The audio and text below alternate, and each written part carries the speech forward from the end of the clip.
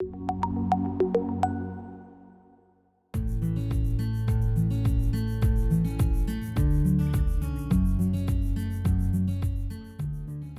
a thrill for me to be connected again with Varsha Naik from RDR. And we're into a deep conversation, one of the 21 conversations on wellness that we're producing in this series. And we're right back into it. You and I were together not so long ago, and we posted a 4-part series with the RTO ERO staff, which I loved, and they did as well. And ever since that session, we have started every all staff meeting with a DEI component, usually because we're on Zoom now, usually an opportunity for an article, a video clip, a podcast or something like that, that simply sparks conversation. And then we do the separation of people into very small, triumvirates, 2 or 3 or 4 in their own separate rooms, just for a conversation with open-ended questions. No need to report back on the conversation, just talk about this. And the only piece that I haven't done is what you've mentioned, and that is, so how's it going? What's the impact? What's the feedback? Is this resonating? And I'm mindful that that's as important as making it kind of an essential part of every meeting. I've learned that, and I'll pick up on that, Varsha. So as a leader, what are the challenges you see with your own RDR team? And how has it changed in this past year? It has definitely not been an easy ride. As you know, the not-for-profit sector has been hit hard in terms of funds, in terms of staffing, in terms of ability to continue to sustain. But at RDR, what I am pleased about is that my team, though small and mighty, I have to add that word as well. I think we are a small and mighty team. I think right now I have a staff team of 3, including me. But the amount of work that we take on is significant. We've just finished a training of an organization that is Canada-wide. And so they had multiple chapters across the nation. And so we trained all of their staff. And this is not just the only thing. There are many other, trainings and supports that we take on.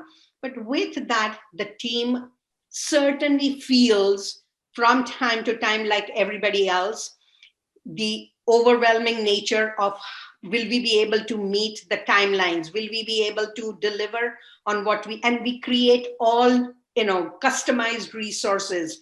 We create customized capacity building sessions. So all of that is creative work.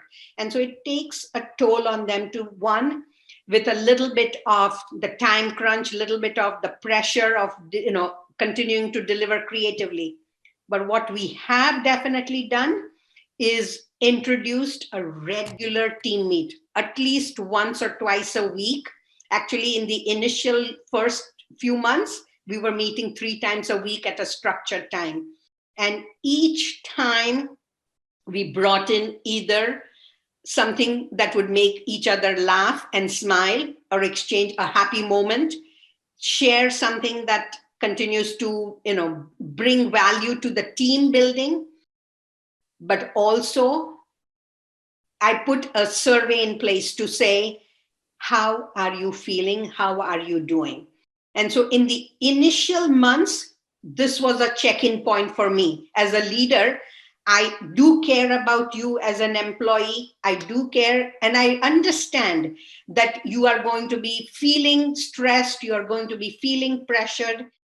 What can we do to support you? So in your own words, what supports do you need? How can the principal in a school, vice principal, the superintendent, the head secretary in a school, the lead custodian in a school, how can they become, because they're leaders in place, how can they become CWO, the Chief Wellness Officer? First and foremost, ensure that you are healthy, you are well, that you are able to manage your stressors in a responsible manner, that you are attuned to what are your triggers, what is causing you to lose your Cool. Then begin to look at your inner circle. Who in your team? Let's begin with the school. If it's a caretaker, your colleagues, your other caretakers, are you able to check in and engage with them? Are you able to offer them some tips? Are you able to socialize? Are you able to connect and build relationships? Are you able to walk the talk on wellness?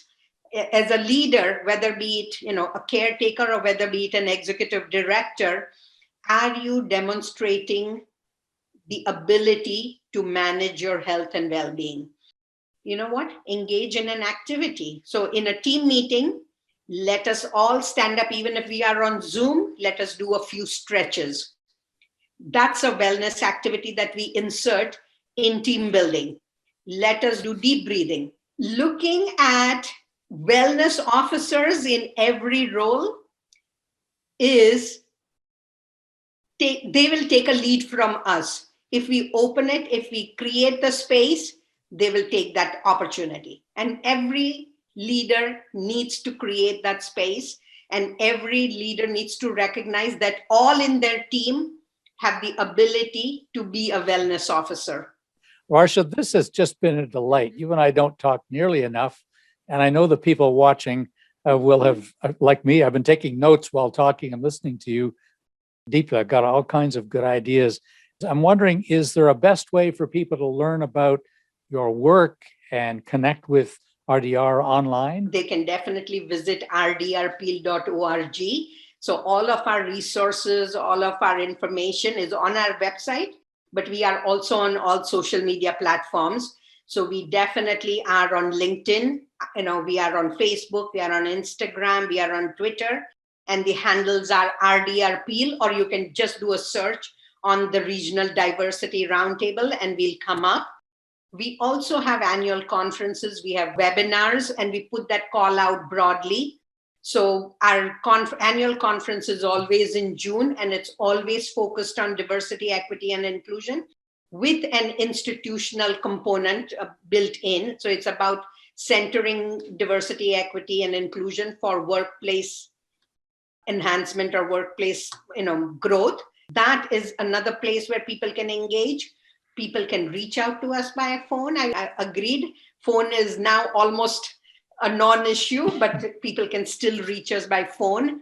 And email works. Email is one of the best channels of communication. So an email. So RDR at Regional Diversity Roundtable, all one word, .org is our email address. People can reach us anytime. We've been talking with Varsha Naik, the executive director of RDR, and all about wellness and equity, inclusion, diversity, anti-oppression, anti-racism, and just being a great person. And I think you've listened to a great person today. Thank you so much for your time. I want to thank you, Jim, for giving me the opportunity to re-engage and connect with you. This is special, so thank you.